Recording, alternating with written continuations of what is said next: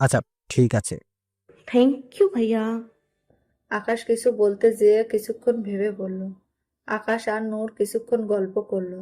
এক সময় আকাশ দেখলো নূর খাটে হেলান দিয়ে ঘুমিয়ে গেছে। তাই সে নূরকে ঠিক করে শুইয়ে দিয়ে নিজের সোফায় ঘুমিয়ে পড়ল।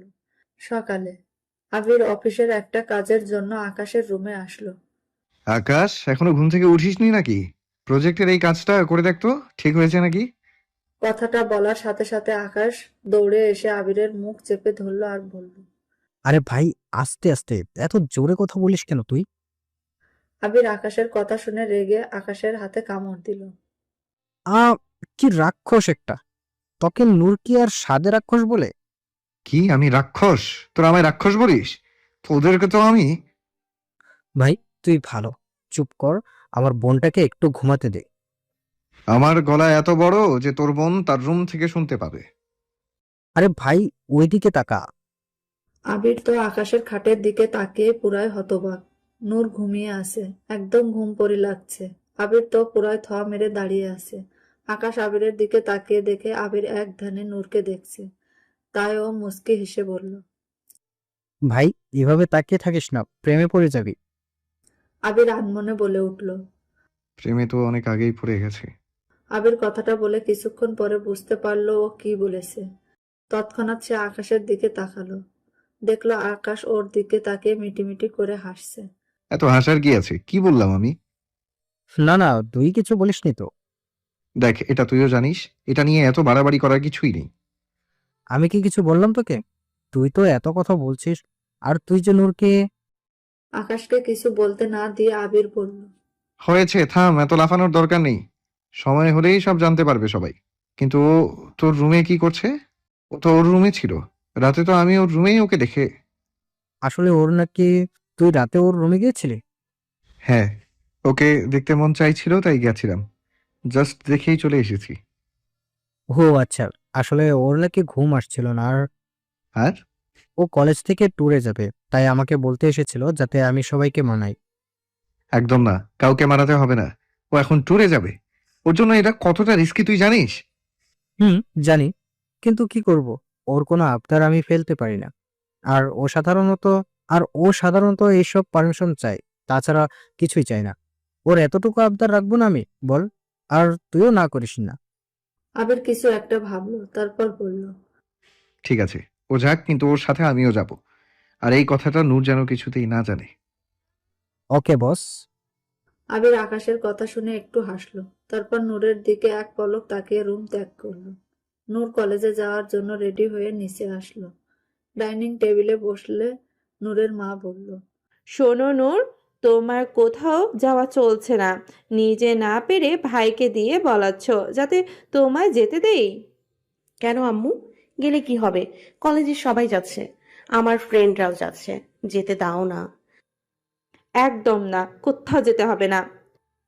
যেতে দাও আম্মু ওকে, ও ঠিক সাবধানে থাকবে। বললাম না না। সবাই অনেক বোঝানোর পরেও নূরের আম্মু রাজি হলো না। নূর ভাবলো এটা নিশ্চয় আবিরের কাজ। ওই হয়তো মানা করেছে ওর আম্মুকে। কিন্তু নূরকে অবাক করে দিয়ে আবির বলল। যেতে দাও ছোট আম্মু, একটু ঘুরে আসুক, মনটা ভালো লাগবে। বাবা, আবির, তুই এ কথা বলছিস? আমার তো বিশ্বাসই হচ্ছে না। হুম, ছোট আম্মু। আবির ওর ছোট আম্মুর দিকে কিছু একটা ইশারা করলো। ওর ছোট আম্মু সেটা বুঝলো। আচ্ছা ঠিক আছে, আবির বলছে তাই ছাড়ছি তোকে। সেটা ঠিক আছে, কিন্তু তোমরা ইশারায় কি কথা বললে? নূরের আম্মু বলল। তোকে অত বুঝতে হবে না, চুপচাপ খা। নূর আর কথা বাড়ালো না, খেয়ে কলেজে চলে গেল। গিয়ে দেখলো ওর বান্ধবীরা গালে হাত দিয়ে বসে আছে। নূর যেতেই ওরা নূরকে ঘিরে ধরলো, বলল। আইনুর, তোকে বাসা থেকে যাওয়ার পারমিশন দিল? তোকে মানা করেছে তাই না? এই বললা না, টেনশনে আমার হাত পা কাঁপছে। হ্যাঁ রে দোস্ত, বল। তুই না গেলে আমরাও যাব না। তোকে ছাড়া ভালো লাগে না আমাদের। আরে থাম তোরা, আগে আমায় বলার সুযোগ তো দে। ও, সরি সরি, বল। আমায় ট্যুরে যাওয়ার জন্য। কিছুক্ষণ থেমে দুঃখী দুঃখী মুখ করে আবার বললাম, যাওয়ার জন্য পারমিশন দিয়েছে। কথাটা বলে নূর সবার দিকে তাকালো। আমি জানতাম দেবে না, আমার তো মনটাই খারাপ হয়ে। আর কিছু না বলে সবাই নূরের দিকে তাকালো। কথাটা মনে হতেই বলল, কি বলবো? তুই আবার বল। যাওয়ার পারমিশন দিয়েছে। সবাই খুশি হলেও মুহূর্তে নূরের উপর রেগে গেল। হারামি, তুই এই কথাটা এমন ভাবে বললি, আমার তো প্রাণই বেরিয়ে আসছিল। হ্যাঁ, তো ক্ষতি কি? তুই মরে গেলে 40 খেতে পারতাম, তাই না বল তোরা? কথাটা বলার সাথে সাথে সেখানে হাসির রোল পড়ে গেল। তোকে তো আমি আজ মেরেই ফেলবো। তুই আমার 40 খাবি? থাম, তোকে আজ আমি কি করি। নূর বুঝলো এই খেপি আজ তাকে পেলে শেষ করে ফেলবে, তাই তার থেকে বাঁচতে নূর দৌড় দিল। পেছনে মিমও দৌড়ালো। নূর বুঝলো এই খেপি আজ তাকে পেলে মেরেই ফেলবে, তাই সে মিমের হাত থেকে বাঁচতে দৌড় দিল। পিছনে মিমও দৌড় দিল। নূর, থাম বলছি। তোকে আজ আমি জানে মেরে দিব, তারপর তো 40 খাবো। আগে তো ধরে দেখা। এই বলে নূর হাসতে হাসতে দৌড়াচ্ছে। হঠাৎ সে কিছু একটার সাথে ধাক্কা খায়। সামনে তাকিয়ে দেখে একজন লম্বা ফর্সা সুঠাম দেহের একজন ছেলে দাঁড়িয়ে আছে। সে নূরের দিকে এমন ভাবে তাকিয়ে আছে যেন কোনোদিন কোনো মেয়ে দেখেনি। ছেলেটির এভাবে তাকিয়ে থাকায় নূর কিছুটা হকচকিয়ে যায়, সাথে একটু বিরক্তও হয়। বিরক্ত ভরা গলা নিয়ে সে ছেলেটিকে বলল, আগে কোনোদিন মেয়ে দেখেননি নাকি? হ্যাঁ, এভাবে তাকিয়ে থাকার কি আছে? আর দেখে চলতে পারেন না? সেই ঝাঁজ, আই লাইক ইট। মানে কি বলছেন এসব? দেখুন মিস, প্রথমত ধাক্কাটা আমি নয় আপনি দিয়েছেন, কারণ দৌড় দিয়ে কানার মতো আপনি আসছিলেন। আর দ্বিতীয়ত, যেখানে আপনার সরি বলার কথা সেখানে আপনি আমার ঝাঁঝাল গলার কথা শোনাচ্ছেন। হ্যাঁ, তো তো কি হয়েছে? দৌড়ে আসছিলাম না হয়, তাই দেখতে পাইনি। আর আপনি তো দেখতে পেয়েছেন নাকি? তাহলে সরে দাঁড়াতেন। ইতিমধ্যে মিম নূরের পাশে এসে দাঁড়িয়েছে। বাহ, আই লাইক ইট। কি রে দোস্ত, ছেলেটি কে? আমি কিভাবে জানবো? কিন্তু ছেলেটি বারবার আই লাইক ইট কথাটা কেন বলছিল? নূর রক্ত গরম চোখে তাকায় মিমের দিকে, দাঁত কটমট করে বলল, আমি কিভাবে জানবো? আমি কি ওই ছেলেটার মনের মধ্যে বসে থাকি নাকি? হয়তো ছেলেটা তোর প্রেমে পড়েছে। কথাটা বলতে দেরি, কিন্তু নূরের মিমের দিকে তেড়ে যাওয়াতে দেরি হয়নি। আর মিম বেচারা তো ভোঁদড়। এতক্ষণ মিম নূরকে মারার জন্য তাড়াচ্ছিল, এখন পুরোপুরি তার উল্টোটা হচ্ছে। ক্লাস শুরু হতে 5 মিনিট বাকি আছে। এর মধ্যে প্রিন্সিপাল স্যার আসলো। সবাই তাকে উঠে সম্মান জানালো। নূর দেখলো তখনকার সেই ছেলেটাও এসেছে স্যারের সাথে। বসো সবাই, তোমাদের আসলে কিছু কথা বলার আছে, তাই আমার আশা। আসলে আমাদের কলেজের একজন নিউ টিচার জয়েন করেছে, আর উনি হচ্ছেন সেই টিচার, মিস্টার জেকে। সবাই নিউ টিচারকে সালাম জানালো, কিন্তু নূর বাদে। ও ভাবছে, এটা স্যার, এনার সাথে আমি অসভ্যতা করলাম। না জানি উনি আমায় কি না কি বলেন, কিন্তু ওনার নজর আমার কাছে ঠিক মনে হচ্ছে না। যাই হোক, এনার থেকে আমায় দূরে দূরে থাকতে হবে। মেয়েদের একটা বিশেষ গুণ আছে, অনেক সময় মেয়েদের দিকে কে কি নজরে তাকাচ্ছে মেয়েরা তা বুঝতে পারে। নূরের ক্ষেত্রেও তার উল্টোটা নয়। কলেজ থেকে বাসায় যাওয়ার সময় মনে হলো কেউ আমায় ডাকছে, তাও মিষ্টি বলে। কিন্তু এই নামে তো শুধু একজনই ডাকতো। তবে কি সে ফিরে এসছে আমার জীবনটা তছনছ করতে? মেসেজটা কি তাহলে সত্যি হলো? এসব ভাবতে ভাবতে আশেপাশে তাকালাম, কিন্তু কাউকে দেখতে পেলাম না। পেছনে ঘুরে তাকাতেই দেখলাম জে কে স্যার দূরে দাঁড়িয়ে আছে। আর জিসানকে তো আমি চিনিও, ও তো অন্যরকম দেখতে। এসব ভাবতে ভাবতে কলেজ গেট দিয়ে বের হলাম, দেখলাম আবির ভাইয়া দাঁড়িয়ে আছে। আমায় যে নিয়ে যেতে এসছে এটা আমি ঠিক বুঝতে পারলাম। মনে মনে একটু হাসলাম তার কেয়ারিং দেখে। মেসেজগুলো তো আমার থেকে বেশি ভয় মনে হয় উনি পেয়েছেন।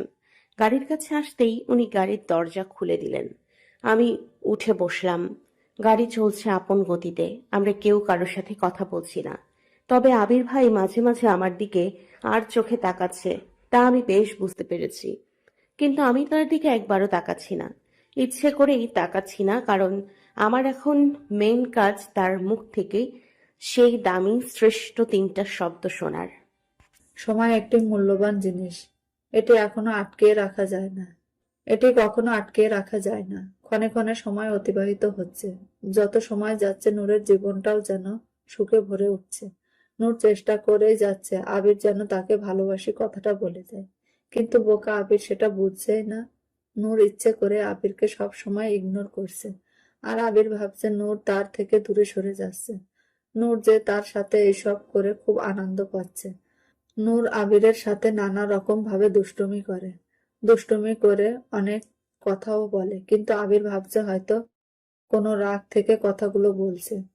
নূরের কাজটা আরো সহজ হচ্ছে, কারণ সেই রাগী ছেলেটা আর রাগ দেখায় না নূরকে, সব সময় ঠান্ডা মেজাজে কথা বলে। এদিকে নূর তার কলেজের টিচার যে কে এর থেকে যত পারে নিজেকে আড়াল করে রাখে, কারণ লোকটার দৃষ্টি যে ভয়ানক খারাপ। এ বিষয়ে নূর তার ভাই আকাশের সাথে কথাও বলেছে। আকাশ বলেছে ছেলেটার সম্পর্কে খোঁজ নেবে। একদিন নূর কলেজ থেকে এসে গোসল করছিল। আবির নূরের রুমে গেল কিছু একটা বলতে। আবির গিয়ে দেখলো নূর রুমে নেই। ওয়াশরুম থেকে পানি পড়ার শব্দ আসছিল। ও বুঝলো যে নূর গোসল করছে, তাই চলে যেতে চাচ্ছিল। হঠাৎ তার চোখ গেল নূরের বিছানায়। সেখানে একটি গোলাপি রঙের ডায়েরি রাখা আছে।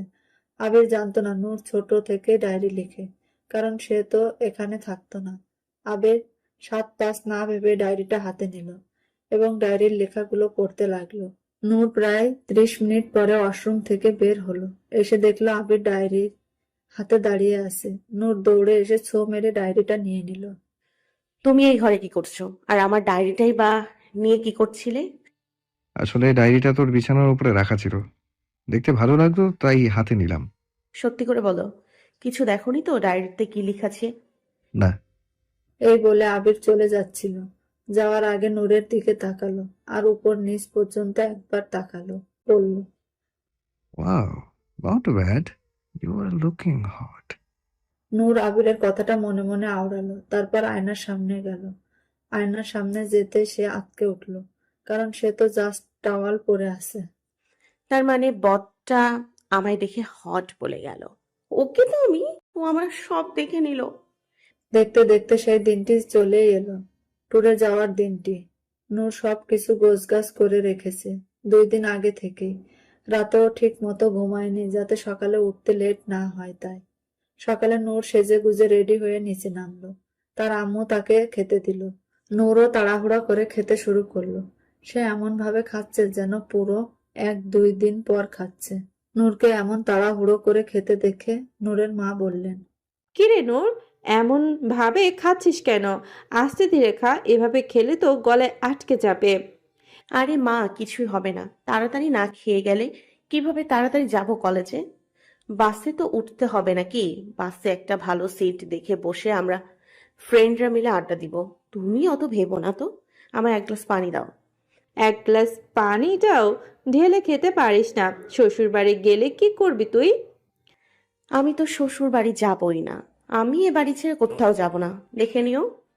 হঠাৎ আবির এসে বলল, তা যাবি কেন? শ্বশুর বাড়ি গেলে তো ঘাড় ধাক্কা দিয়ে বের করে দিবে। তার চেয়ে তুই বিয়ে করে বিয়ের পরে এখানেই থেকে যাস। হ্যাঁ, ঠিক বলেছ। একটা ভালো ছেলে দেখে বিয়ে করে এখানেই থেকে যাব। ছেলেটা এখানে ঘর জামাই থাকবে, কি বলো? কথাটা শুনে আবির এমন ভাবে নূরের দিকে তাকালো যেন নূরকে মাথায় তুলে আছাড় মারতে পারলে একটু শান্তি পেত। কিন্তু পরক্ষণেই মনে হলো নূরের সাথে তার বিয়ে হলে নূর যেমন এই বাড়ির বউ হবে, আবিরও তো এই বাড়ির জামাই হবে। এটা ভেবে সে আর কিছু বলল না। এতক্ষণ নূরের মা এখানে ছিল। উনি চলে যেতে নূর বলল, জানো তো, আমার কপালে মনে হয় ভালো বর জুটবে না। ওই রাগী বদমেজাজি অসভ্য ছেলে জুটবে। নূরের কথা আবিরের খুব রাগ হলো। সে বলল, কি? আমি রাগী ছেলে, বদমেজাজি, অসভ্য আমি? আরে তুমি এত রাগ করছো কেন? আমি তো আমার বরকে বলেছি, তোমাকে তো বলিনি। তোর বর তো... কিছু একটা মনে হতেই সে বলল, ও আচ্ছা, আমি ভাবলাম সব ছেলেদের বলেছিস। আর ছেলেদের মধ্যে তো আমিও পড়ি। নূর এতক্ষণ ভাবছিল হয়তো আবির এবার বলে দেবে ওকে ভালোবাসির কথাটা, কিন্তু আবির নূরের আশায় 1 বালতি পানি ঢেলে দিল। সে রাগে খাবার টেবিল থেকে উঠে পড়লো আর বলল, আম্মু, আমি বেরোচ্ছি, দেরি হয়ে যাচ্ছে আমার। এই দাঁড়া, আমিও যাব, 1 মিনিট। তুমি কোথায় যাবে? ও, আমায় কলেজ অবধি ছেড়ে দিতে? তার দরকার হবে না, আমি একাই চলে যাব। একদম বেশি কথা বলবি তো তোর ট্যুর ক্যান্সেল। নূর বুঝলো একে কিছু বলা যাবে না, নয়তো সত্যিই যেতে দিবে না ওকে। নূর একে একে সবার দিকে বিদায় নিয়ে বেরিয়ে পড়ল কলেজে।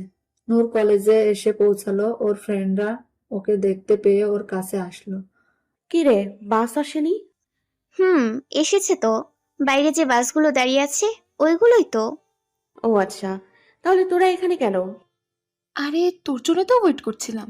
আচ্ছা নূর, একটা কথা বল, কি কথা? তুই এত বড় ব্যাগ নিয়েছিস কেন? মনে হচ্ছে হানিমুনে যাচ্ছিস। আরে তোরা থামবি। আসলে ব্যাগ গোছানোর সময় ছোট ব্যাগটা পাচ্ছিলাম না, তাই বড়টাই নিয়ে আসতে হলো। বাসে নূর যে সিটটায় বসেছিল ঠিক তার পাশের সিটটায় আবির এসে বসে পড়ল। আরে আরে, তুমি এখানে বসছো কেন? কারণ আমিও যাব তাই। কোথায় যাবে তুমি? ট্যুরে। মানে? মানে হলো আমিও তোর সাথে যাচ্ছি। ও আচ্ছা, এই জন্য তাহলে আমি পারমিশন পেয়েছি। আবির ভাই যেতে চেয়েছে তাই। তার মানে তুমি যাচ্ছ বলেই আমাকে যেতে দেওয়া হচ্ছে, তাই তো?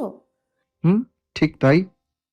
নূর রাগ দেখালো, কিন্তু ভিতরে ভিতরে খুশিও হলো। নূর আর আবিরকে একসাথে দেখে এদিকে একজন রাগে হাত মুঠিবদ্ধ করে নিল। এটা ঠিক করো না তুমি নূর, এটারও শাস্তির তোলা রইল। নূররা বাস থেকে নেমে প্রথমে একটা হোটেলে গেল। সেখানে তারা যে যার বরাদ্দ করা রুমে চলে গেল। একটি রুমে 2 জন করে থাকবে। নূর রুমে গিয়ে ফ্রেশ হতে চলে গেল। ফ্রেশ হয়ে এসে দেখলো আবির বিছানায় বসে আছে। তুমি এখানে কেন? কেন? এখানে আসা কি মানা আছে নাকি? হুম, অবশ্যই। জানো না, অনুমতি ব্যতীত কোনো মেয়ের রুমে আসতে হয় না। আর এখানে আমি একা নই, আরো একটি মেয়ে থাকবে। নূরের কথা শুনে আবির নূরের দিকে এক পা করে অগ্রসর হতে লাগলো। নূর তা দেখে বলল। আরে তুমি এভাবে এগিয়ে আসছো কেন? নূর এক পা করে পেছাতে লাগলো। পেছনে ছোপা থাকায় নূর সোফার সাথে বাড়ি খেয়ে সোফার উপর পড়ে গেল। নূর তাড়াতাড়ি উঠতে গেলে আবির এসে নূরের মুখের কাছে ঝুঁকে গেল। আরে তুমি এভাবে ঝুঁকে গেলে কেন? সরো, আমায় উঠতে দাও। আচ্ছা নূর, একটা কথা বলতো, তুই এতটা মিষ্টি কেন রে? দেখলেই মনে হয় টুপ করে খেয়ে ফেলি। এমনিতে আমি মিষ্টি খুব একটা পছন্দ করি না, কিন্তু তোকে দেখলেই আমার মিষ্টি খাওয়ার লোভ জাগে। আবিরের কথায় নূরের চোখ বেরিয়ে যাওয়ার উপক্রম। নূর বলল। এসব কি কথা? আর আপনি এক কথা কয়বার বলেন? আর মিষ্টি খেতে মন চাইলে দোকান থেকে কিনে খাওয়া। আমি কি কোনো মিষ্টি নাকি যে আমাকে খেতে মন চায় তোমার? আবির নূরের কথায় মৃদু হাসল। তুই কবে বড় হবি বলতো নূর? আমি মিষ্টি না, অন্য মিষ্টির কথা বলছিলাম। অন্য মিষ্টি মানে কোন মিষ্টি? নূরের কথা শেষ হওয়ার সাথে সাথে টুপ করে আবির নূরের গালে চুমু খেয়ে নিল। নূর তো পুরাই থ হয়ে চোখ বড় বড় করে তাকিয়ে আছে। নূরের এমন কাণ্ডে আবির বলল। এই মিষ্টির কথা বলছিলাম। তুমি আবির ভাই হতেই পারো না। কে তুমি? আমি ভূত। হ্যাঁ, তাই হবে। নয়তো তুমি এসব কেন করতে যাবে? তুমি এসব করতেই পারো না। আমি আরো অনেক কিছু করতে পারি, দেখবি। কি কি কি? আবির দুষ্টু হেসে ঠোঁট কামড়ে ধরল আর আস্তে আস্তে নূরের ঠোঁটের দিকে এগোলো।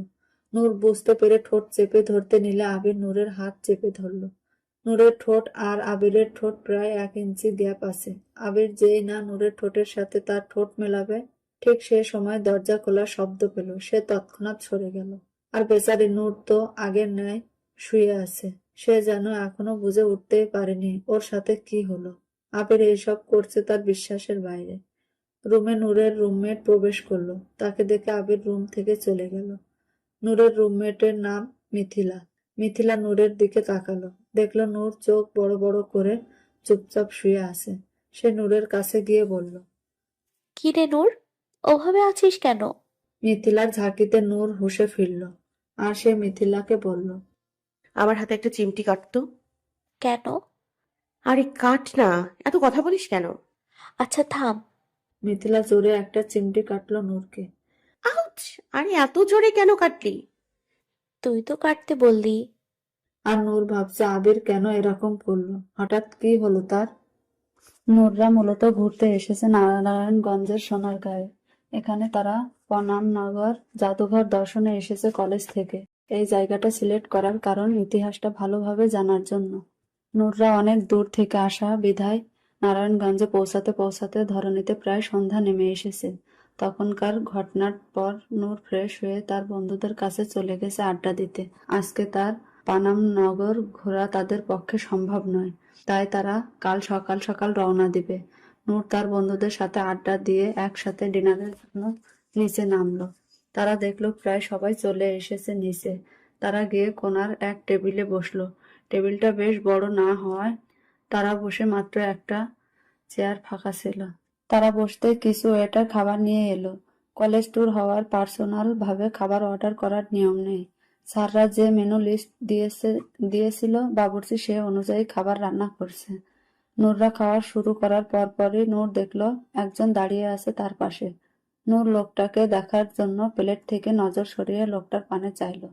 সে দেখলো সেদিনের সেই ছেলেটি, মানে যে কে স্যার। ইতিমধ্যে সে টেবিলের সবাই তাকিয়ে দেখছে তাকে। হেই গাইস, আমি আসলে এখানে বসার জন্য এসেছি। আসলে আশেপাশে সব টেবিল বুক, বসার মতো জায়গা নেই। আর এখানে দেখলাম একটা টেবিল ফাঁকা, তাই চলে আসলাম। কিন্তু স্যার, টিচারদের জন্য তো অন্য টেবিলের ব্যবস্থা করা হয়েছে। একটু আমতা আমতা করে বলল। ইয়া, আমি জানি। আসলে কি বলতো স্যারদের মাঝে আমি বোর হচ্ছিলাম। তোমরা তো জানোই টিচারদের কথা মানেই সবসময় পড়াশোনা নিয়ে আলোচনা। আর আমার না ক্লাসের বাইরে পড়াশোনা নিয়ে আলোচনা করা একদম পছন্দ নয়। যাই হোক, আমি কি এখানে বসার অনুমতি পেতে পারি? নূররা একে অপরের মুখের দিকে চাইলো, কারণ এই লোকটাকে তাদের মোটেও সুবিধার লাগে না। নূরের অস্বস্তি ফিল হচ্ছে, কারণ তার ঠিক পাশের চেয়ারটাই ফাঁকা। নূরের অস্বস্তিটা বুঝতে পেরে মিম নূরকে চোখের ইশারা দ্বারা কিছু বোঝাতে চাইলো। নূর তার ইশারাটা খুব সহজেই ধরে ফেললো। ইশারাটা ছিল এই যে, তুমি নিশ্চিন্তে থাকো, আমি এটাকে কিছু বলে ম্যানেজ করছি। মিম কিছু বলার জন্য উদ্যোগ নিতেই তার আগে রজনী বলল।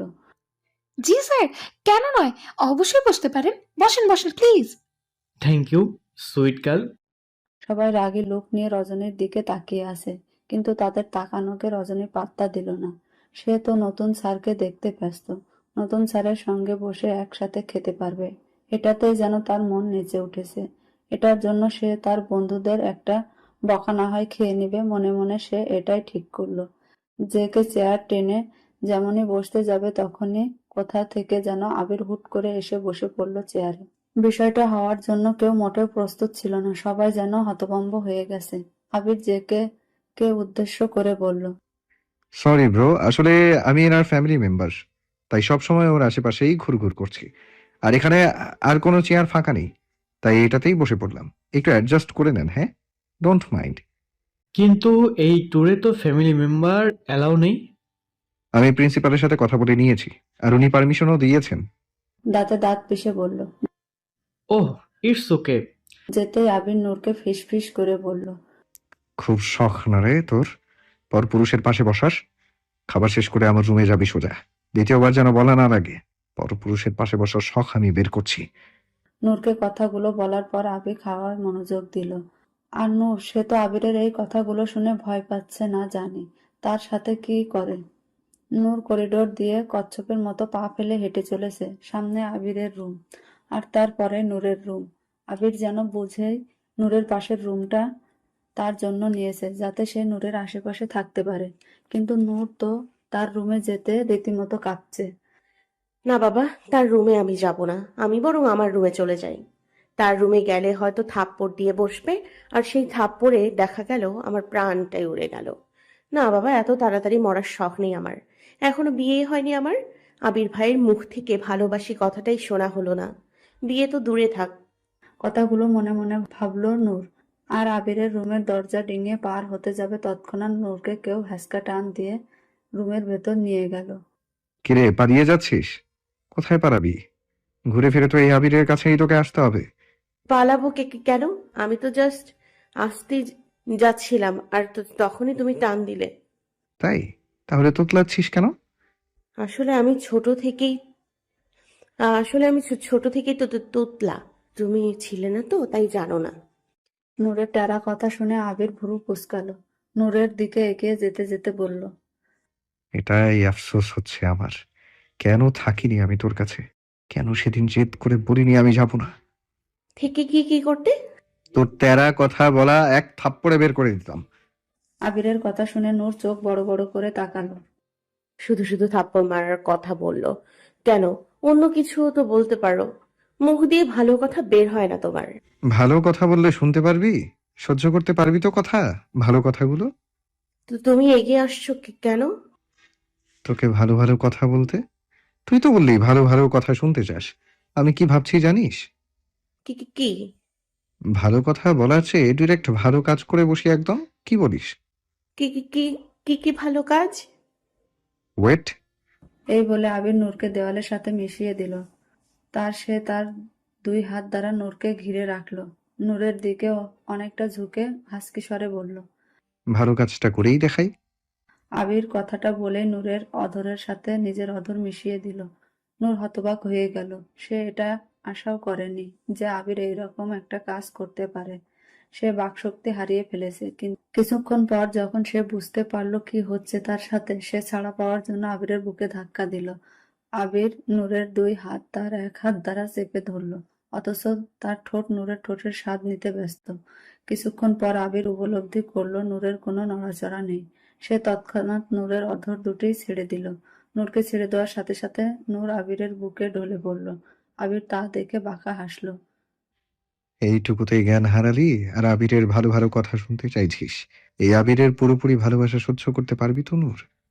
আবির নূরকে তার বিছানায় শুইয়ে দিল, আর সে তার মাথার কাছে বসে পড়ল। নূরের মাথায় হাত বোলাতে বোলাতে সে নিজেও একসময় ঘুমিয়ে গেল। আর নূর, সে তো আবিরের বলা কথাগুলো শুনলই না, কারণ সে তো আবিরের এইটুকুনি ভালোবাসার প্রভাবেই অজ্ঞান হয়ে গেছে। সে রাতটা নূর আবিরের রুমেই কাটালো। সকালে সকালে অনেক ভোর ভোর নূরের জ্ঞান ফিরে আসে। সে পিট পিট করে তাকায়, মাথাটা যেন ভারী হয়ে আছে। আশেপাশে তাকাতেই দেখে আবির বিছানায় হেলান দিয়ে ঘুমিয়ে আছে। কি মায়াবী না লাগছে দেখতে তাকে। কিছু একটা মনে হতেই নূরের তড়িঘড়ি করে উঠে বসলো। আমি আর আবির ভাই এক ঘরে ছিলাম সারা রাত, কিন্তু আমি এখানে কেন? নূর ভাবতে লাগলো। রাতের কথাটা মনে হতেই একরাশ লজ্জারা ঘিরে ধরলো তাকে। এরকম রাগী বদমেজাজি কাঠখোট্টা লোক যে এই কাজ করবে নূরের সেটা ধারণার বাইরে। মনে মনে বলল, ভালোবাসি কথাটা এখনো বললেনই না, আর সোজা আমায় কিস করে বসলে। তোমাকে তো আমি তিতা করলা ভাবতাম, আর তুমি তো মিষ্টি করলা বেরোলে। ভেবেছিলাম ভালোবাসি কথাটা শুনতেই আমায় কত কাঠখড় পোহাতে হবে, আর তুমি এই কাজ করলে। কিন্তু ভালোবাসি কথাটা আমি শুনেই ছাড়বো, মিস্টার আবরার আহমেদ আবির।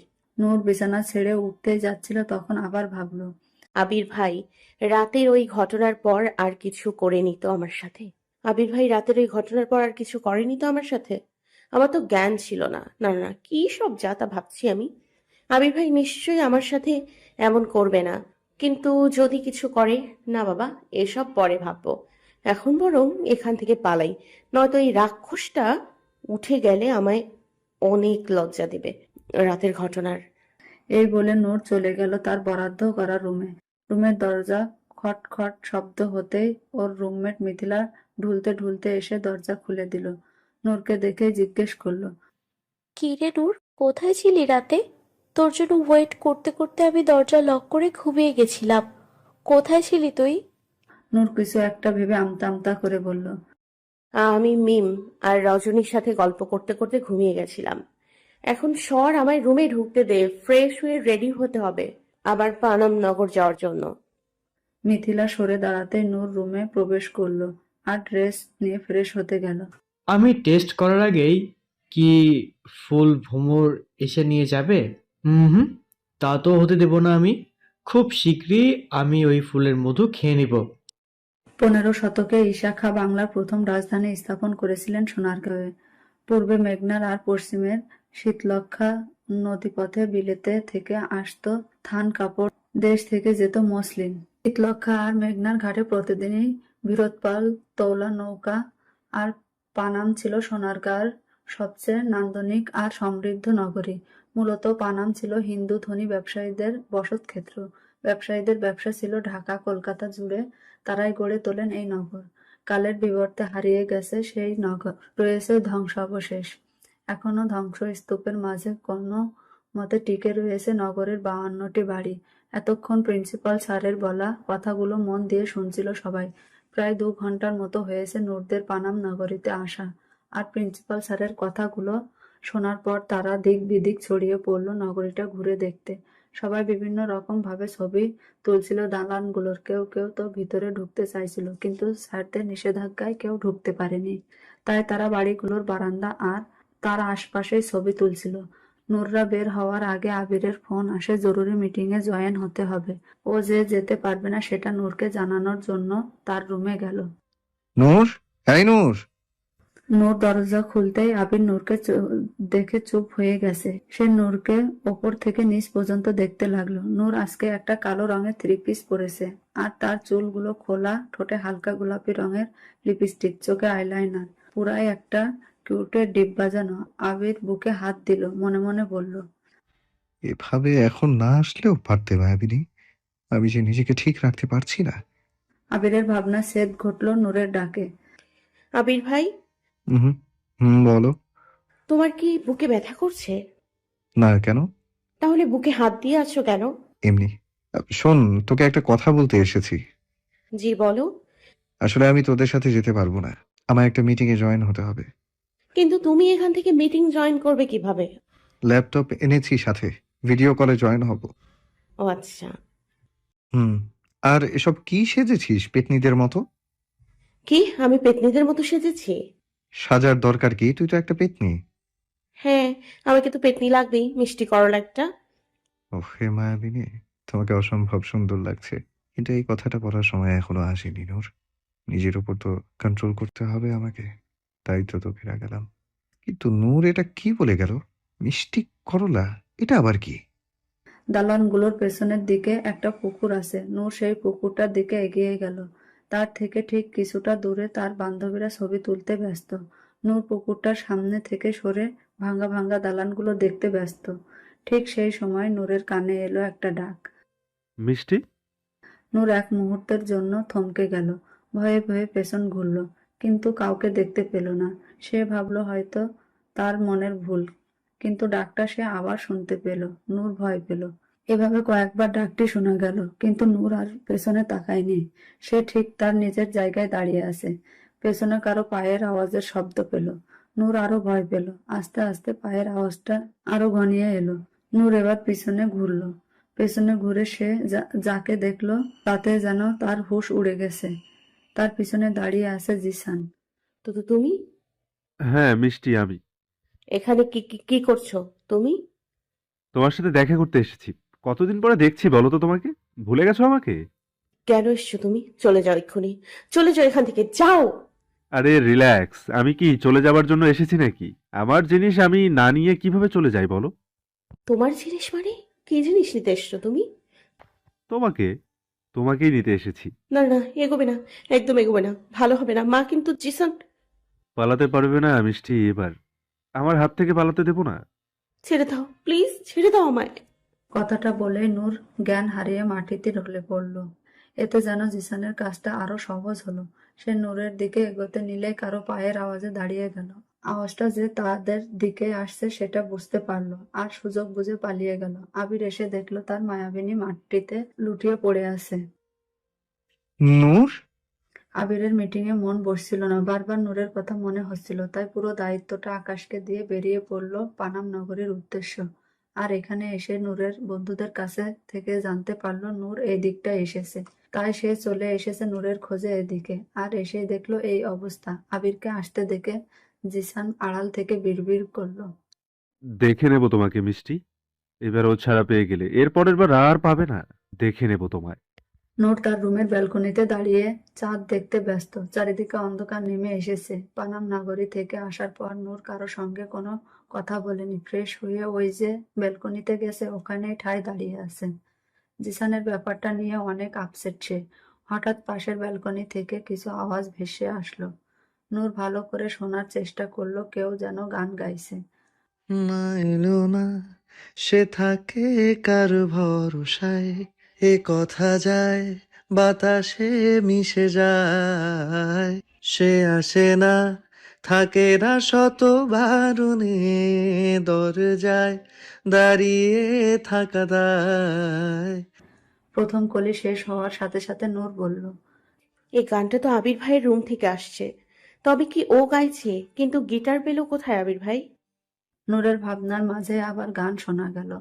যদি বিরহ থাকে আমিও থাকি, কে বলো শেষ হবে আগে, কেন যে এত ভালোবাসা মরে চায়, শুধু সময় মনে রাখে, এত শূন্যতা মনে রাখি যে আমি, দেখে না কেউ তো আর বলে সবই পাগলামি, কাটে না যামিনী বিরহ যেন কেটে যায়, থামে না ভরসা তোমারে ডাকি যে আমি।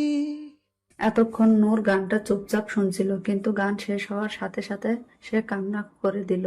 সে নিজেও জানে না কেন কান্না করছে, কিন্তু এটা জানে আবির গানটা তাকে উদ্দেশ্য করেই গেয়েছে, তাকে আশ্বাস দেওয়ার জন্যই গেয়েছে। নূর চোখ মুছে আস্তে আস্তে রুমের দিকে হাঁটা ধরলো। বিছানায় এসে চোখ বুজতে রাজ্যের ঘুম এসে হানা দিল তার চোখে, কিন্তু কেউ একজন যে তার জন্য কান্না করছিল সেটা সে জানতেই পারলো না। তার চোখের ঘুম কেড়ে নিয়ে নূর কি নিশ্চিন্তেই না ঘুমাচ্ছে। আজ নূররা বাসায় ফিরে যাবে। সেদিনের ঘটনা 2 দিন হয়ে গেছে। এই 2 দিন নূর আর আবির একে অপরের সাথে কথা বলেনি ঠিকভাবে। যাওয়ার পথে কেউ কারো সাথে কথা বলেনি। আবিরও নূরের পাশে বসেনি। এতে নূরের বেশ খারাপ লেগেছে। অভিমান হয়েছে অনেক আবিরের প্রতি। 7 থেকে 8 ঘন্টা জার্নি করার পর নূররা বাসার সামনে নামলো। আবির ব্যাগ নিয়ে নেমেই হনহন করে চলে গেছে বাসার উদ্দেশ্যে। তার যাওয়ার পানে তাকিয়ে নূর দীর্ঘশ্বাস ফেলল। তারপর সবার থেকে বিদায় নিয়ে সেও বাসার ভিতরে ঢুকে গেল। বাসায় গিয়ে সে কারো সাথে কোনো কথা না বলে সে নিজের ঘরে গেল। ঘরে গিয়ে সে দরজা অনেকটা জোরেই বন্ধ করে দিল। এতে এত জোরে আওয়াজ হলো যে আবির ও আকাশ তাদের রুম থেকে বেরিয়ে এলো। আবিরের কপালে চিন্তার ভাঁজ পড়ল। সে কপাল কুঁচকে তাকিয়ে আছে ঠুক নূরের দরজার দিকে। আকাশ এক পলক আবিরের দিকে তাকালো, তারপর নূরের রুমের নক করলো। নূর, দরজা খোল, কি হয়েছে? এত জোরে দরজা লাগালি, কোনো সমস্যা হয়েছে কি? দরজাটা খোল। ওপাশ থেকে কোনো আওয়াজই এলো না। এবার আকাশ আবিরের দিকে তাকালো, আবিরকে উদ্দেশ্য করে বলল। তোর আর নূরের মধ্যে কি কিছু হয়েছে? আবির এতক্ষণ নূরের রুমের দিকেই তাকিয়েছিল। সে ভাবছিল তার মায়াবিনী হঠাৎ কি হলো। আকাশের প্রশ্নে সে আকাশের দিকে তাকালো। হঠাৎ এই প্রশ্ন করছিস কেন? না মানে, বোন এসেই এইভাবে দরজা লাগিয়ে দিল, আর তুইও মুখ গোমড়া করে রেখেছিস, তাই বললাম আর কি।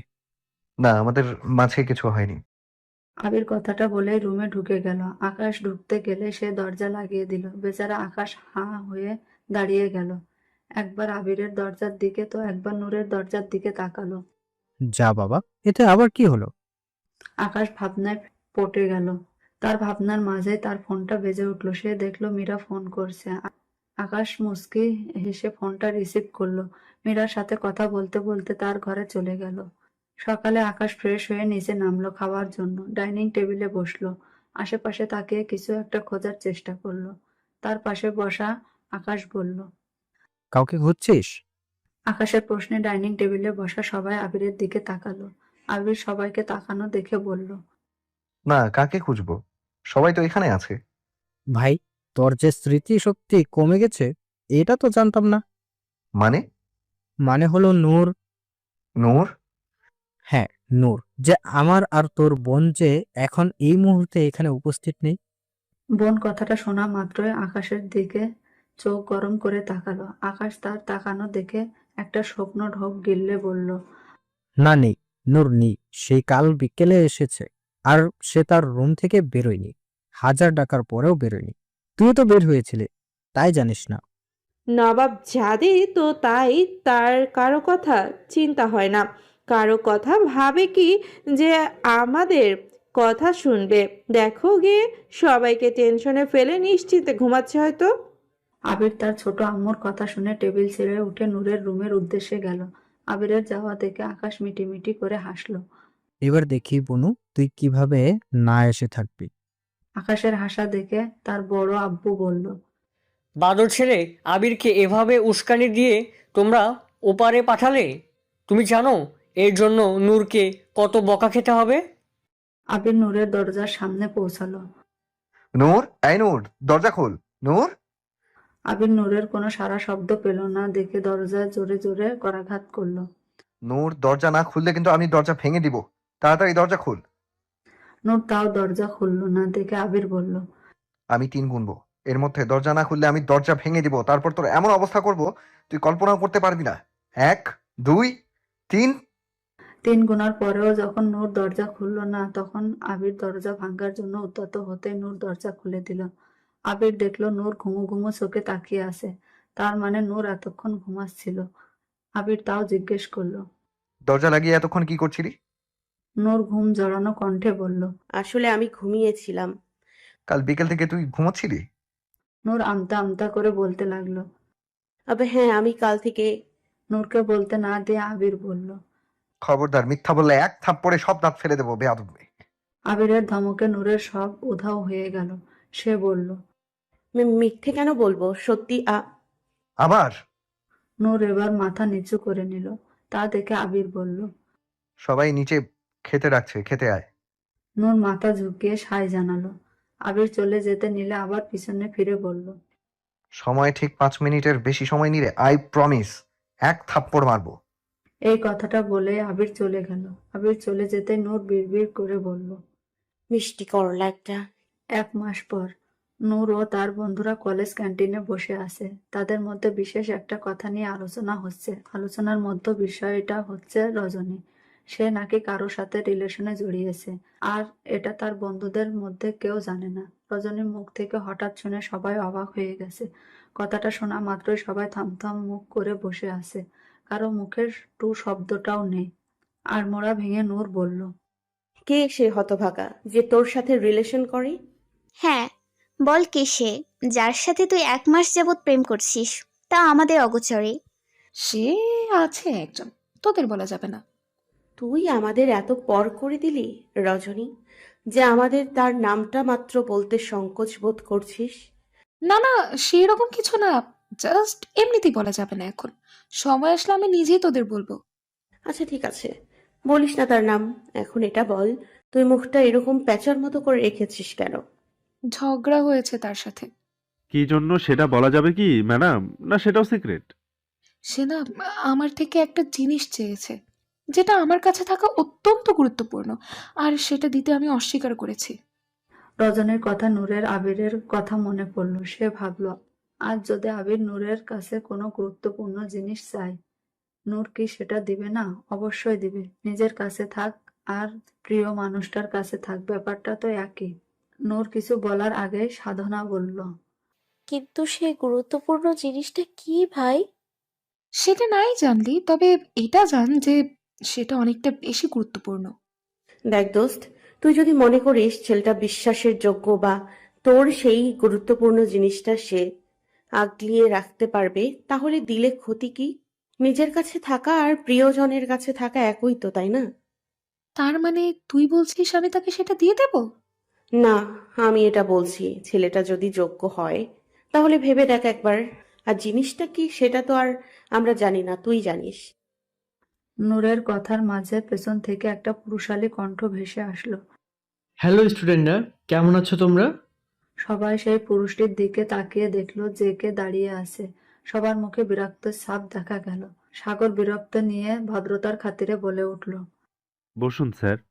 যেন এটারই অপেক্ষায় করছিল। সাগর বসতে বলার সাথে সাথে সাগরের পাশের চেয়ারটাতে বসে পড়ল।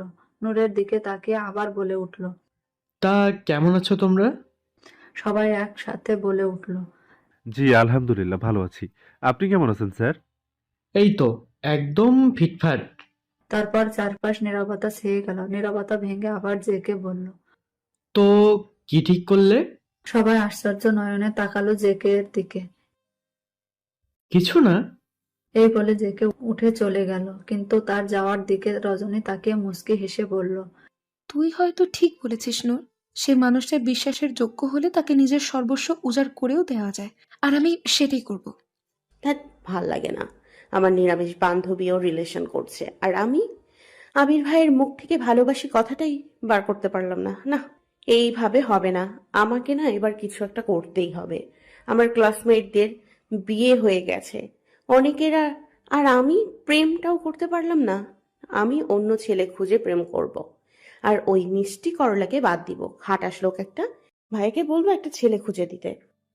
এই বলে নূর আকাশের রুমে গেল। আকাশ আর আবির প্রজেক্টের কাজই যাচাই বাছাই করে দেখছিল। ঠিক সেই সময় নূরের গলার আওয়াজ পেল।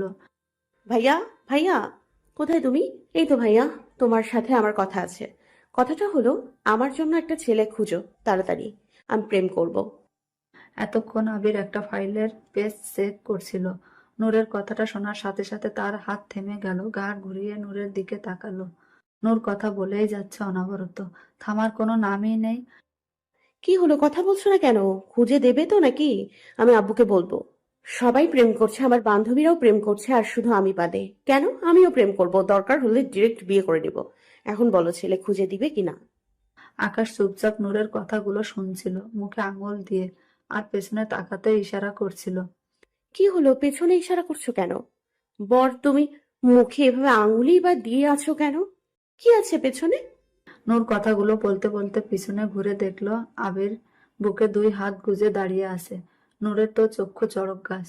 পরপর কয়েকটা শুকনো ঢোক গিলল, তারপর আকাশের দিকে তাকালো সে নিশ্চুপ। মাথা ঘুরিয়ে আবার আবিরের দিকে তাকাতেই দেখলো তার চোখ লাল রক্তবর্ণ ধারণ করেছে, এমন ভাবে নূরের দিকে তাকিয়ে আছে যেন নূরকে গিলেই খেয়ে নেবে। নূর ভয়ে আকাশের পিছনে লুকিয়ে পড়ে। নূর, সামনে আয়, আমার সামনে এসে দাঁড়া। আর আকাশকে যা যা বললে আমাকে ওই কথাগুলো আবার রিপিট কর। নূর ভাবছে পাগল নাকি, সে বাঘের কাছে গিয়ে এসব কথা বলবে। এসব কথাগুলো তার সামনে বললে এক একটা শব্দ উচ্চারণ করার সাথে সাথে সে থাপ্পড় দিবে। কি হলো, কথা কানে যাচ্ছে না? আকাশ, তুই রুমের বাইরে যায়। থাক না ভাই, ছেড়ে দে, ছোট মানুষ। আকাশ আর বলতে পারল না। আবির তার দিকে এমন ভাবে তাকিয়েছে যে ওকে জানালা দিয়ে ছুঁড়ে মারবে, তাই সে কেটে পড়ল রুম থেকে। নূর আকাশের চলে যাওয়া দেখে আকাশকে 101টা গালি দিয়ে সেও পালানোর জন্য দৌড় দিতে যাচ্ছিল, অমনি আবির দ্রুত গিয়ে দরজা আটকে দিল। নূর ভয়ে জড়সড় হয়ে গেল। আবির নূরের দিকে এক পা করে এগোতে লাগলো, কিন্তু নূর তার নিজের জায়গায় ঠায় দাঁড়িয়ে। আবির নূরের কাছে গিয়ে নূরের এক হাত ধরে হ্যাঁচকা টান দিল। নূর তাল সামলাতে না পেরে আবিরের বুকে গিয়ে পড়ল। বিয়ে করতে চাস তুই? বিয়ে করার এত তাড়া? আমাকে বললেই পারতি, রাস্তা থেকে একটা ছেলে ধরে এনে বিয়ে দিয়ে দিতাম। নূর আবিরের এই রকম কথা শুনে আবিরের দিকে চাইলো, বলল, সরি, ভুল হয়ে গেছে আমার, আর বলবো না। আমি তো মজা করে বলেছিলাম কথাগুলো, জানতাম না তুমি এখানে আছো। জানলে বলতি না? না, জীবনেও বলতাম না। এবার মাফ করে দাও না আবির ভাই, এই যে কানে ধরেছি। তোর মুখে আবিরের পরে ভাই ডাকটা বড্ড বেমানান, জানিস? নূর আবিরের কথা শুনে বুড়ো কুঁচকে তাকালো। সেদিনের কথা ভুলে গেছিস নূর? কোন দিনের আবির ভাই? নারায়ণগঞ্জের। নূর আবিরের কথাই ভাবতে শুরু করলো কি হয়েছিল ওখানে। বেশি ভাবতে হয়নি, তার আগেই তার মনে পড়ে গেল কি হয়েছিল। আবির সেদিন প্রথম নূরকে কিস করেছিল। কথাটা মনে পড়তেই নূর মাথাটা লজ্জায় নিচু করে নিল। আবির নূরের লজ্জা মাখা মুখ দেখে কিঞ্চিত হাসলো। এক হাত দিয়ে নূরের চিবুক ওপরে তুলল। লজ্জা ভাবটা নূরের তখনও কাটেনি, আর এই লজ্জা মাখা মুখটাই যেন আবিরকে টানছে অনেক। আবির তার ঠোঁট নূরের ঠোঁটের দিকে এগিয়ে নিয়ে গেল। নূর কিছু একটা ভেবে চোখ দুটি বন্ধ করে নিল। আবির আর নূরের ঠোঁটের দূরত্ব ঠিক 1/2 ইঞ্চি। ঠিক সেই মুহূর্তে আবির তার ঠোঁট দূরে সরিয়ে নিল, ভালোভাবে দেখে নিল তার মায়াবিনীকে। চোখ বন্ধ করে লজ্জা রাঙা মুখটা দেখতে যেন ভালোই লাগছে আবিরের। সে চাইছে সময়টা যেন এখানেই থমকে যাক, কিন্তু তা তো আর হবার নয়। আবির হঠাৎ বলে উঠল, কাল বিকেল 5টায় পদ্মা নদীর ধারে যাবি, ঠিক 5টায়। কথাগুলো বলে আবির দরজা খুলে বেরিয়ে গেল। এখানে থাকা তার আর সম্ভব না। থাকলে নূরের মায়াবী মুখটা তাকে ভীষণভাবে দুর্বল করে দিবে। আবিরের কথাগুলো শুনে নূর তার চোখ খুলল। সে ভাবল, হঠাৎ আবির ভাই এভাবে চলে গেল কেন? আর কালী বা পদ্মার ধারেই বা কেন যেতে বলল? বিকেল 4টা বাজে। নূর সেই দুপুর থেকে একটার পর একটা ড্রেস চেঞ্জ করেই চলেছে, কোনোটাই তার মন মতো হচ্ছে না। হঠাৎ কেউ দরজায় কড়া নাড়ল। নূর বিরক্তিতে মুখ কুঁচকে দরজা খুলল। আকাশ এসেছে, সাথে একটা শপিং ব্যাগ। কিরে বনু, কি করছিস? ডিস্টার্ব করলাম না তো? না না না, ভাইয়া কি বলো? ডিস্টার্ব কেন করব? কোনো দরকার ছিল? হ্যাঁ, কিন্তু তোর ঘরের এই দশা কেন? আলমারির সব পোশাক ছড়িয়ে ছিটিয়ে রেখেছিস, কোনো সমস্যা? তোর কি এসব ড্রেস পছন্দ না? চল, তোকে আমি নতুন কিছু ড্রেস কিনে দিচ্ছি। না, সেরকমটা নয়। আসলে আমি ড্রেস এলোমেলো হয়েছিল, তাই গুছাচ্ছিলাম। এই আর কি। আর এতগুলো ড্রেস থাকতে নতুন ড্রেস কি করব? ওহো, আচ্ছা, তাই বল। আমি ভাবলাম হয়তো এগুলো তুই বাদ দিয়ে দিচ্ছিলি। আচ্ছা, এই নে, এটা ধর, কিন্তু এটা কি ভাইয়া? খুলেই দেখ। নূর ব্যাগ থেকে একটা বক্স। তুমি জানো এই মুহূর্তে আমার শাড়িটি ভীষণ দরকার ছিল ভাইয়া। হুম, জানি। নূর ভুরু কুঁচকে তাকিয়ে বলল। তুমি কিভাবে জানো? আকাশ আমতা আমতা করে বলল। হুম, সেটা আমি কিভাবে জানবো? কিন্তু তুমি যে বললে তুমি জানো, আর শাড়ি হঠাৎ করে নিয়ে এলে কেন? সেটা তো তুই বললি দেখে মুখ ফুসকে বেরিয়ে গেছে। আর রইল কথা, শাড়ির দোকানে দেখলাম পছন্দ হয়েছে তাই নিয়ে এসেছি। এখন তুই থাক, আমার কাজ আছে, আমি গেলাম। নূর সাত পাঁচ না ভেবে শাড়িটি পরে নিল, লম্বা লম্বা চুলগুলো ছেড়ে দিল, ঠোঁটে হালকা গোলাপি লিপস্টিক, চোখে কাজল আর আইলাইনার দিয়ে নিল, কপালে টিপ পরতেও ভুলেনি। সে নিজেকে একবার আয়নায় দেখে নিল, বেশ সুন্দর লাগছে তাকে। শাড়ি সামলাতে বেগ পোহাতে হয়নি তাকে। এর আগে বেশ কিছুবার বন্ধুদের কথায় পড়েছিল সে। নূর নিজেকে খুঁটিয়ে খুঁটিয়ে দেখতে ব্যস্ত, আজ তাকে সুন্দর দেখা চায়। জানি না, তার মনে হচ্ছে যেন আজ আবির ভাইয়ের সামনে সেই সুন্দর রমণী লাগা চায়। হঠাৎ কিছু মনে হতেই নূর দৌড়ে গেল ব্যালকনিতে। সেখানে গাছে থাকা একটা লাল গোলাপ ছিঁড়ে নিজের কানে গুজে নিল। তারপর ফোন আর ছোট একটা ব্যাগ কাঁধে ঝুলিয়ে বেরিয়ে পড়ল তার উদ্দেশ্যে। কি রে নূর, কোথায় যাচ্ছিস এত সেজে গুজে? আব্বা, বড় আম্মু, আমি আমার বান্ধবীর বাসায় যাচ্ছি। এত সেজে গুজে? নূর ভীত কণ্ঠে বলল। হ্যাঁ। কথাটা বলে নূর এক মুহূর্তের জন্য দাঁড়ায়নি, দ্রুত পায়ে চলে গেল। কারণ সে এই গোয়েন্দাদের কবলে একদম পড়তেই চায় না। একের পর এক ঢেউ খেলে যাচ্ছে পদ্মায়। এক প্রেমিক পুরুষ অপেক্ষাকৃত হয়ে বসে আছে তার প্রেয়সীর জন্য। ঠিক কিছু দূরেই কয়েকটি ছেলে গিটার বাজিয়ে গান গাচ্ছে। আবির মনোযোগ দিয়ে তাদের গান শুনছিল। মন ভালো থাকুক আর খারাপ থাকুক, গানই যেন তার একমাত্র সঙ্গী। একটা মেয়েলি কণ্ঠ আবিরের ধ্যান ভাঙে। সে জানে এই কণ্ঠটি কার, কিন্তু সে পেছনে তাকানোর মতো দুঃসাহস করল না, কারণ সে জানে তার প্রেয়সীর রূপ আজ তাকে ঝলসে দিবে। পেছন থেকে আবার সেই চিরচেনা কণ্ঠটি ভেসে উঠল। আবির ভাই। এবার আবির সোজা হয়ে দাঁড়িয়ে গেল, পিছনে ফিরে তার প্রেয়সীর দিকে এক পা এক পা করে অগ্রসর হলো। নূরকে দেখে আবিরের চোখের পলক পড়ছে না। আবিরের চারপাশ যেন সব থমকে গেছে। সময়ের সাথে সাথে যেন তার মন মস্তিষ্ক সবটাই থেমে যেতে চাইছে। তবে প্রকৃতির বিরুদ্ধে গিয়ে তা সম্ভব নয়। হঠাৎ একটা পিচ্চি ছেলে এসে আবিরকে এক গুচ্ছ লাল গোলাপ ধরিয়ে দিয়ে গেল। সেই ফুলগুলো নিয়ে আবির নূরের সামনে হাঁটু গেড়ে বসে পড়ল। নূর হতবাক হয়ে তাকিয়ে আছে, যেন তার মাথায় কিচ্ছু ধরা দিচ্ছে না। আবির বলা শুরু করলো। চন্দ্রবিলাস করার জন্য তোমাকে চাই, পাবো কি তোমায় সাথে? রাতের আধারে চলার পথে পাবো কি তোমায় পাশে? সারা জীবনের সুখ দুঃখের সাথী হিসেবে তোমাকে চাই, পাবো কি তোমার সাথ? একান্ত মানসিক শান্তির কারণ হিসেবে তোমাকে চাই, হবে কি আমার মানসিক শান্তি? তুমি আমার জীবনের হাজারো কাটার মাঝে হবে কি একমাত্র রঙিন ফুল? বিশাল নদীর মাঝে হবে কি আমার একটি মাত্র কুল? ভালোবাসি নূর, ভীষণ ভালোবাসি তোমাকে। যে ভালোবাসলে নিজেকে হারিয়ে ফেলা যায় সেরকম ভালোবাসি তোমাকে। নিজেকে হারিয়ে ফেলেছি নূর তোমার মাঝে, আমায় কি গ্রহণ করবে তুমি? আবিরের ভালোবাসাময় কথাগুলো শুনে নূরের চোখে অশ্রু জমা হলো। তার মস্তিষ্ক যেন চিৎকার করে বলছে, মেনে নে নূর, সে যে তোকে পাগলের মতো ভালোবাসে। বলে দে আবির ভাই, আমিও তোমাকে ভীষণ ভালোবাসি। কিন্তু নূরের মুখে যেন আজ শব্দটা ধরা দিচ্ছে না। অপর দিকে আবির চাতক পাখির ন্যায় তাকিয়ে আছে নূরের দিকে, তার উত্তরের আশায়। আচমকা চারিপাশ থেকে আওয়াজ ভেসে আসলো। নূর, বলে দাও। হ্যাঁ, বলে দাও। বলো নূর, সে ইয়েস, সে ইয়েস। নূর আশেপাশে তাকিয়ে দেখলো অনেক লোক জড়ো হয়ে আছে এখানে, সাথে তার বন্ধুরা আর তার আকাশ ভাইয়াও উপস্থিত আছে। নূর বুঝলো এটা আগে থেকেই প্ল্যান ছিল। সে আবিরের দিকে তাকালো, দেখলো আবির এখনো সেরকম ভাবেই বসে আছে। তার চোখ যেন বলছে, ফিরিয়ে দিস না নূর, বাঁচতে পারবো না, মরে যাব। আমি অনেক ভালোবাসি আবির ভাই, তোমাকে ভীষণ ভালোবাসি। নূর আবিরের হাত থেকে ফুলগুলো নিল। আবিরের চোখে যেন খুশির ঝিলিক দেখা দিল। সে উঠে দাঁড়িয়ে নূরকে বলল। খবরদার, খুশি ঠেলায় আজ যেন অজ্ঞান হয়ে যাস না। নূরের মুখটা থমথমে হয়ে গেল। আবির নূরের থমথমে মুখটা দেখে হাসলো। তারপর যে ছেলেদের দল গান গাইছিল তাদের কাছে গেল। এই গিটারটা আমাকে কিছুক্ষণের জন্য দিতে পারবে? জি, কেন নয়? এই নেন। ধন্যবাদ। ওয়েলকাম। তার পাশে থাকা আর একটি ছেলে বলল। ভাবিকে ডেডিকেট করে গান গাইবেন ভাইয়া। ভাবি ডাকটা শুনে আবির নূরের দিকে এক পলক তাকালো। তার চোখ এখনো তার দিকে নিবদ্ধ। আবির ঠোঁট কামড়ে হেসে ছেলেটির উদ্দেশ্যে বলল। হ্যাঁ, তোমাদের ভাবি তো আমার গলার সুর। গিটারের টুংটাং শব্দে ছেয়ে গেছে চারিপাশ। তার সাথে সাথে এক মন মুগ্ধ করা গান। আমার একলা আকাশ থমকে গেছে রাতের স্রোতে ভেসে, শুধু তোমায় ভালোবেসে।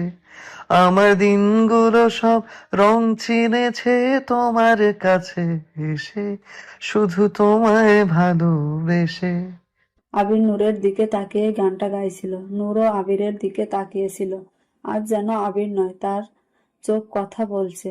নূর আবিরের চোখের মাঝে যেন হারিয়ে যেতে চাইছে। করতালির আওয়াজ তাদের ধ্যান ভাঙে। আবির নূরের দিক থেকে চোখ সরায়। গিটারটা ছেলেগুলোর হাতে ধরিয়ে দেয়। ছেলেগুলোর মধ্যে একজন বলে ওঠে। হে ব্রো, অসাধারণ ছিল। তুমি তো খুব ভালো গান পারো। গানের শিখেছিলে কোথায়? আবির হাসি হাসি মুখ করে বলে। শিখিনি, এই গান আমার একলা থাকার সঙ্গী। আকাশ বলল। দেখতে হবে না কার ভাই। আবির আকাশের দিকে তাকিয়ে বলল। শালা ক্রেডিট নিচ্ছিস? এই, একদম শালা বলবি না। আমার বোনের বিয়ে আমি তোর সাথে দিব না। তোকে দিতে হবে না, আমি তোর বোনকে তুলে নিয়ে গিয়ে বিয়ে করব। তারা দুই ভাই কথায় ব্যস্ত হয়ে গেল। আর এদিকে নূরের বন্ধুরা তাকে ঘিরে ধরল। কি রে নূর, তুই যে আবির ভাইয়াকে ভালোবাসিস বলিসনি কেন রে? আরে বলার সুযোগ হয়ে ওঠেনি। এই এক লাইন কথা বলার সুযোগ পাসনি? না বলতেই চাসনি? আরে না না না, আমি বলতামই, কিন্তু পরে বলতাম। যাই বল, ভাইয়া কিন্তু তোকে ভীষণ ভালোবাসে। আমার ক্রাশ ছিল।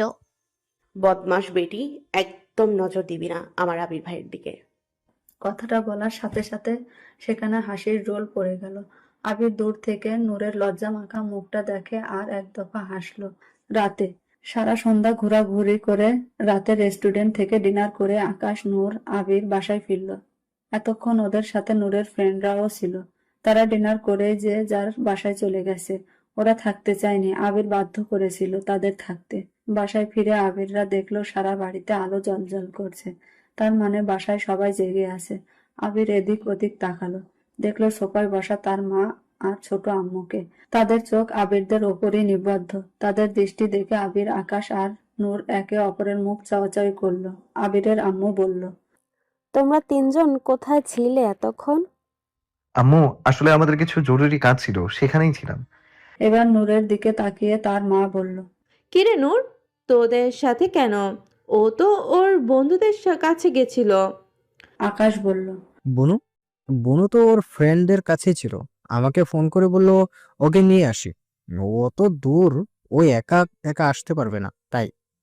আকাশের কথাটা যেন তার মায়ের পছন্দ হলো না। সে নূরের দিকে তাকালো, বলল। তুই এত রাত অব্দি তোর বন্ধুদের সাথে ছিলি? নূর কিছু বলার আগেই আবির বলল।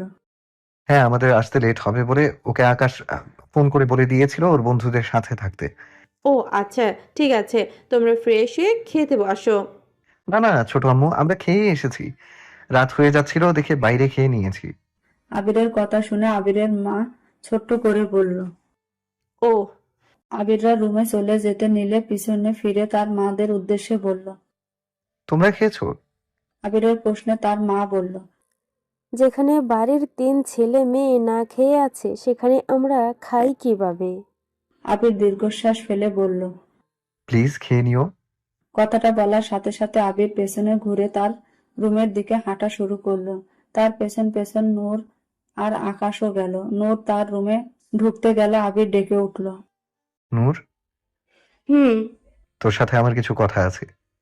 কি কথা আবির ভাই? আবির এক পলক আকাশের দিকে তাকালো। আকাশ যেন তার চোখের দৃষ্টি বুঝতে পেরে নিজের রুমে চলে গেল। নূরকে আবির যখন ডাকছিল তখন নূরের সাথে সাথে আকাশও দাঁড়িয়েছিল। আবির নূরের সামনে এসে দাঁড়ালো। নূর তো লজ্জায় লাল হয়ে গেছে এতক্ষণে। আবির নূরের লজ্জার রাঙা মুখটা দেখে মুচকি হাসলো, কিন্তু সেই হাসিটা নূরের অগোচরেই থেকে গেল। আবির নূরকে বলল। প্রপোজ করেছি বলে এই না যে ডানা লাগিয়ে উড়ে বেড়াবি। এখন থেকে তোর ওপর আরো বেশি অধিকার আমার। তাই পড়াশোনা খারাপ হলে বা তোর পাগলামো কাজ কাম দেখলে তোকে মাথায় তুলে আছাড় দিব। আবিরের ঠান্ডা স্বরে হুমকি শুনে নূর অবাক হয়ে মাথা তুলে আবিরের দিকে তাকালো। নূরের অবাক হওয়া দেখে আবির বলল, এত অবাক হওয়ার কিছু নেই, এটাই সত্য। তুই আবার এটা ভাবিস না প্রপোজ করেছি দেখে তোকে দিনরাত আদর করব বা তোর সব গাধার মতো কাজ কাম মেনে নিব, তাহলে তুই ভুল ভাবছিস। কখন রোমান্স করব বা কখন শাসন সেটা পুরোটাই আমার মনের উপর ডিপেন্ড করবে। আবিরের কথা শুনে নূর নিজের বাকশক্তি হারিয়ে ফেলেছে। কি বলে এই লোক? কোথায় ভাবলাম প্রপোজ করেছে, দুই জনে চুটিয়ে প্রেম করব। এটা সেটা আবদার করতে না চাইলেই তাকে আমাদের প্রেমের কথা বলে রাজি করাবো। ওর সাথে সারা শহর ঘুরবো। আর ও আসলে ও একটা মিষ্টি করলা না, তিতা করলা। তিতা করলা। তোমার মিষ্টি করলার নাম বাদ, তুমি তিতা করলাই ঠিক আছো।